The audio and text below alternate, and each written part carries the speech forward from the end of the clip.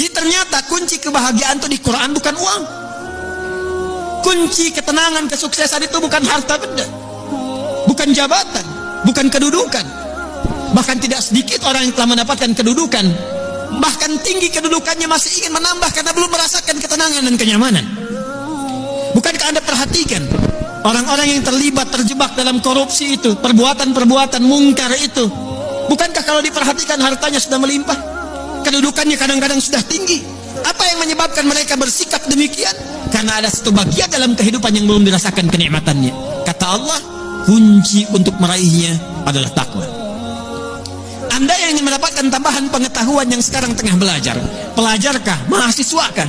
Ternyata kuncinya bukan sekedar bakat kepintaran. Quran surah kedua Al-Baqarah di akhir ayat 282. Wattaqullaha wa yu'allimukumullah. Kamu tingkatkan takwamu kepada Allah. Kata Allah, aku tambahkan dan ajarkan kepadamu tambahan pengetahuan. Kunci kebahagiaan ternyata bukan harta, bukan kedudukan. Quran surah kedua Al-Baqarah di akhir ayat 189. Wattaqullaha la'allakum tuflihun. Tingkatkan takwamu kepada Allah. Kata Allah, aku tanamkan kebahagiaan di setiap etape kehidupanmu. Rumah tangga bahagia, pekerjaan bahagia, kehidupan sosial bahagia. Hadirin, bukankah yang punya harta adalah Allah? Bukankah yang punya ilmu adalah Allah? Bukankah yang punya kebahagiaan adalah Allah? Tapi menariknya, kita tahu, kita menyadari yang punya ilmu Allah, yang punya harta Allah, yang punya kebahagiaan Allah. Tapi kita yang mengatakan itu semua adalah milik Allah, jauh dari Allah. Bagaimana semua itu bisa diraih? Bukankah hukum mengatakan orang yang dekat dengan seseorang yang punya kapasitas akan punya akses mendapatkan kemudahan dari kapasitas yang dia miliki? Orang yang dekat dengan pejabat dibuka akses dari jabatannya.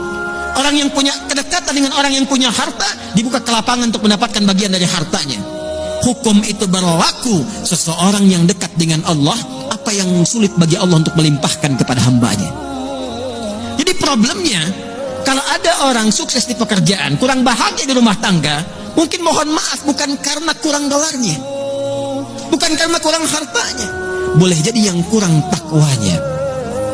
Kalau ada orang yang merasakan kurang mendapatkan kedudukan, bukan kurang tingginya, bukan kurang hebatnya, mungkin yang kurang takwanya.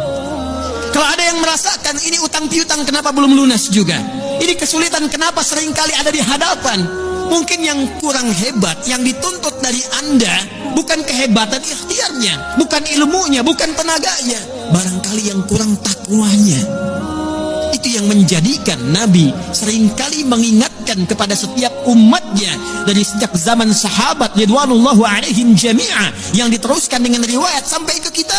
Tidak sedikit kalimat Nabi yang pertama disampaikan nasihatnya, takwa. Al-Imam An-Nawawi rahimahullah saking pentingnya dengan takwa ini menyantumkan nomor hadis ke-18 dari Al-Arba'innya an Mu'adz bin Jabal wa Jundub bin Junadah radhiyallahu ta'ala anhuma anin Nabi sallallahu alaihi wasallam qala ittaqillaha haitsu ma kunta wa atbi' sayyi'atal hasanata tamhuha. Bahkan kata Nabi, kalau Anda ingin jadi orang baik, orang hebat, orang yang mudah didambakan di setiap keadaan, bertakwalah kepada Allah. Ketika takwanya meningkat, keburukannya Allah tutupi, kebaikannya nampak. Siapa yang tidak senang dengan orang baik? Kalau dia pejabat, dia akan menjadi pejabat yang baik. Kalau dia hartawan, dia akan menggunakan hartanya pada kebaikan. Kalau dia ilmuwan, dia akan kreasikan ilmunya pada kemaslahatan.